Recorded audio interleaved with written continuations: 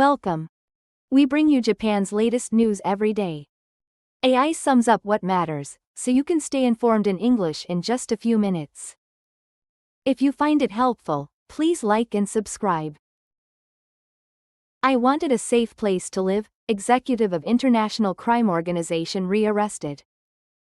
A 44-year-old suspect believed to be an executive of a Cambodian conglomerate, designated as a sanctions target by the United States as one of Asia's largest international criminal organizations, has been rearrested in Tokyo.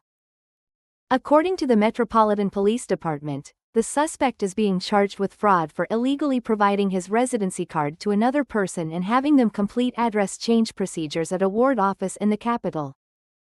During questioning, the suspect stated, "I wanted a safe place to live," and is believed to have been living under an assumed name. The suspect has been arrested on related suspicions in the past, and the Metropolitan Police Department is conducting a detailed investigation into the circumstances, including possible connections to international criminal organizations. France swelters above 40 degrees as historic rooftop apartments become unbearably hot. Paris is experiencing a record-breaking heat wave with temperatures soaring above 40 degrees Celsius. Residents living in attic apartments are suffering the most. The zinc roofs that characterize Paris's iconic skyline, while architecturally beautiful, efficiently absorb solar heat. As a result, temperatures inside these attic rooms are rising even higher than the outside air, creating dangerously harsh living conditions. Faced with this situation, residents are increasingly demanding urgent measures, including the installation of air conditioning systems. How to implement cooling solutions while preserving Paris's historic appearance has become a pressing challenge for the city. Rainy season front to stall through the 6th. Nagasaki Prefecture on alert for imminent linear precipitation band. The rainy season front is becoming increasingly active, with rain clouds developing intermittently across northern Kyushu. In particular, Nagasaki Prefecture has seen an increased likelihood of a linear precipitation band forming within the next 3 hours, prompting an imminent linear precipitation band forecast to be issued just before 4 p.m. The rainy season front is expected to stall through the 6th, making it necessary to remain vigilant against heavy rainfall. Linear precipitation bands bring localized downpours in short periods of time, significantly increasing the risk of landslides and flooding. Residents of Nagasaki Prefecture and surrounding areas are urged to closely monitor upcoming weather information and be prepared for official weather warnings. Those living in landslide-prone areas and river basins are asked to exercise full caution, including making early evacuation decisions. Hayabusa 2 to make close approach to asteroid Trifune tonight at high speed. Japan's space probe Hayabusa 2 will make a close approach to the asteroid Trifune this afternoon. Hayabusa 2 successfully collected samples from the asteroid Ryugu 6 years ago and returned to Earth. Since then, it has continued its flight toward its next destination. The operation planned for tonight is called a flyby, in which the probe will pass extremely close to the asteroid at very high speed. During this flyby, observation instruments including onboard cameras are expected to collect detailed data on Trifune. The valuable information from Hayabusa 2 is anticipated to deepen our understanding of the asteroid's properties and structure. Composer Hideo Wagatsuma's orchestral work, Matsuri, selected for the Odaka Prize.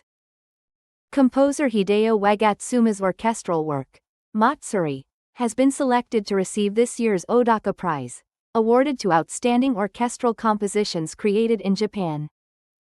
The Odaka Prize is presented annually by the NHK Symphony Orchestra to honor the legacy of Odaka Hisatada, a former principal conductor and composer. The award recognizes excellent domestic works each year. Wagatsuma's Matsuri was praised for its profound expressiveness, drawing on ancient Japanese culture and traditions as its subject matter. Following this honor, Wagatsuma's work is scheduled to be widely introduced through performances by the NHK Symphony Orchestra.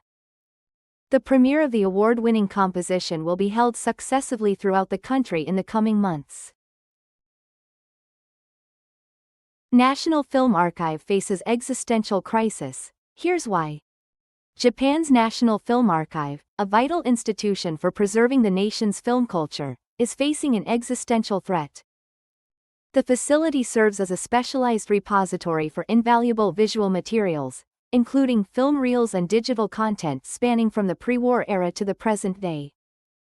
However, the rising costs of renovating aging infrastructure have strained the institution's operating budget, making it increasingly difficult to continue operations.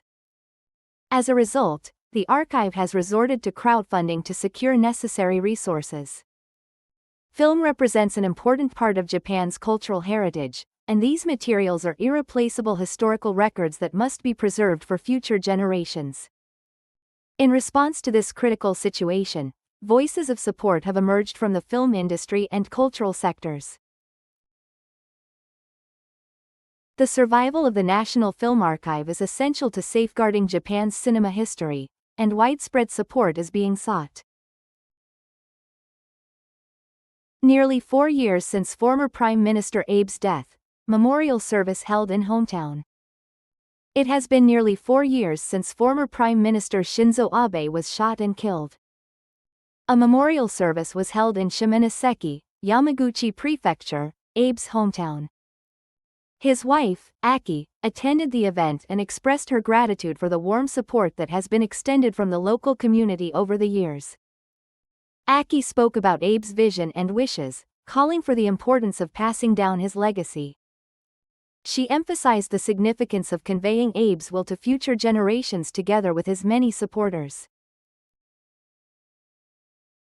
LDP Policy Chief Kobayashi aims to ensure Imperial House law revision passes in current Diet session.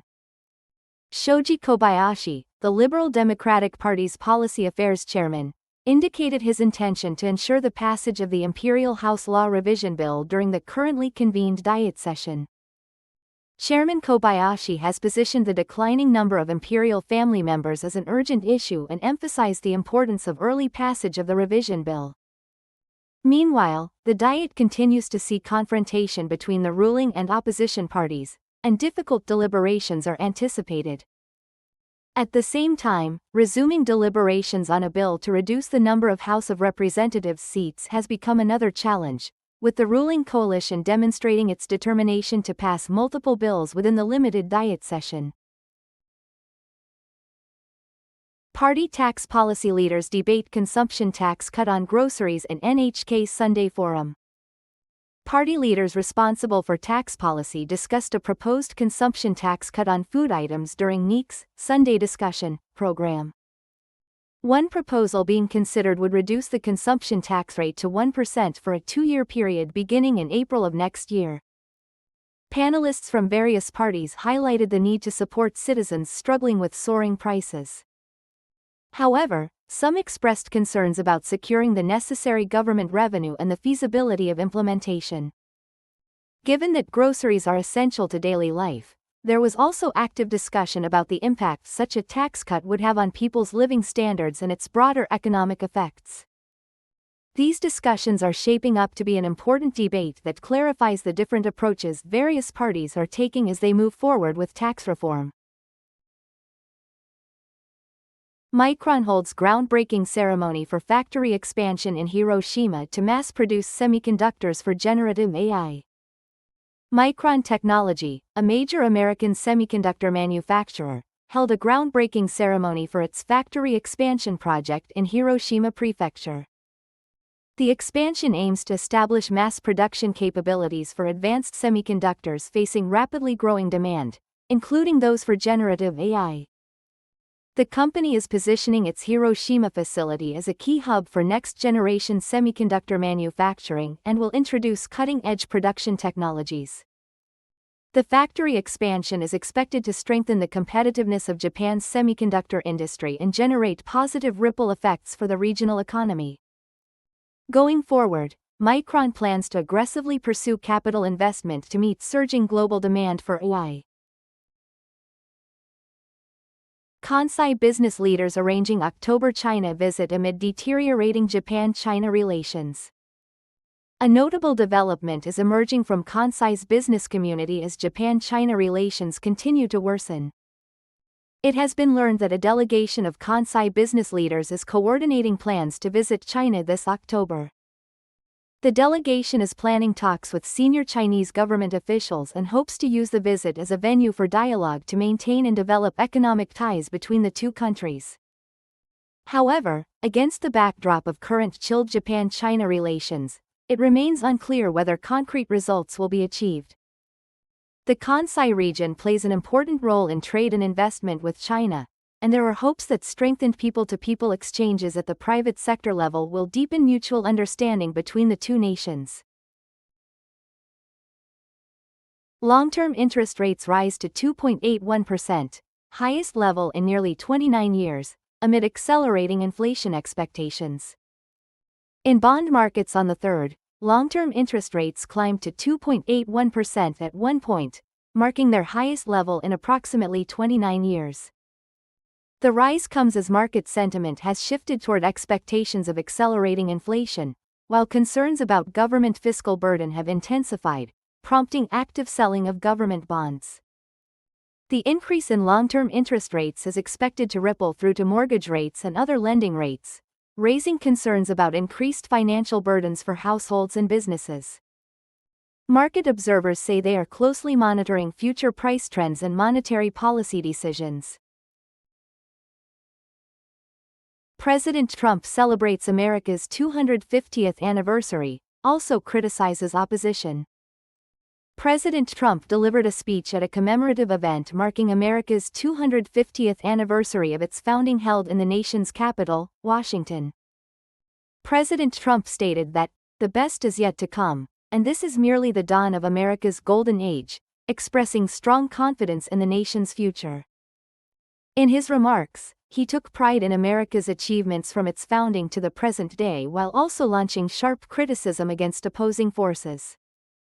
President Trump emphasized his position that America will prosper once again through his policies, appealing directly to his supporters. He also touched on future policy directions, expressing his determination to address domestic and international challenges. China and Russia to conduct joint naval exercises, says Chinese Defense Ministry. China's Defense Ministry announced that the Chinese and Russian navies will conduct joint exercises near Qingdao in eastern China in July. The drills will involve warships from both countries, with the aim of enhancing their combined maritime response capabilities. Following the exercises, some of the participating vessels are scheduled to head toward the Pacific region to conduct joint patrol operations. In recent years, China and Russia have been strengthening military cooperation, and this training is expected to serve as an important opportunity to deepen their relationship further. Close attention should be paid to the progress of defense cooperation between the two nations. Polish Prime Minister warns of Russian threat, says, coming months could be critical. Polish Prime Minister Donald Tusk stated on the 3rd that with Russia's threat in mind, Poland is preparing for various scenarios and that the coming months could become a critically important period. Regarding Poland, reports citing U.S. intelligence agencies indicated that Russia is planning provocative acts involving military force against Poland to test NATO's resolve. Tusk addressed these reports on the 3rd, telling reporters, "I don't intend to frighten anyone, but the coming months could indeed be an extremely critical period. This is partly because the nature of warfare is changing." These concerns are particularly pronounced in the Baltic states. According to Poland's news site, Onet, citing sources close to President Karol Nawrocki, the U.S. government had warned the Polish government multiple times regarding Russia's alleged plans to attack Poland. The White House and the U.S. State Department did not respond to BBC requests for comment. The British newspaper Telegraph also reported on the 3rd that Russia is planning an attack. According to the plan, Polish infrastructure could become a target for missile and drone strikes, and Russian soldiers could potentially infiltrate Poland, a NATO member state. Funeral services begin for Iran's former supreme leader Ayatollah Khamenei. Funeral services began on the 3rd in the capital Tehran for Iran's former supreme leader, the late Ayatollah Ali Khamenei, who was killed in airstrikes carried out by the United States and Israel. National mourning and formal funeral rites commenced on the morning of the 4th. Various ceremonies are scheduled to continue for 40 days across the country and in neighboring Iraq. Attention is focused on whether Moshtaba, the son who succeeded Khamenei, will attend the funeral. The coffins of Ayatollah Khamenei and his relatives, who were killed in the attack at the end of February, are currently being held at a religious facility in Tehran called the Grand Mosalla. He is scheduled to be buried in his hometown of Mashhad on the 9th. Iranian authorities are calling this the funeral of the century, and expect between 12 to 20 million people to participate in the ceremonies. Iran and the United States signed a provisional ceasefire agreement in June. Subsequently, the two sides continued to exchange attacks and accused each other of violations, but they reportedly agreed again to halt attacks at the end of June. Footage from the scene showed large crowds at the Grand Mosalla carrying Ayatollah Khamenei's coffin, which was draped with Iranian flags. As the coffin was placed inside the vast prayer hall, Iran's President Masoud Pezeshkian paid his respects.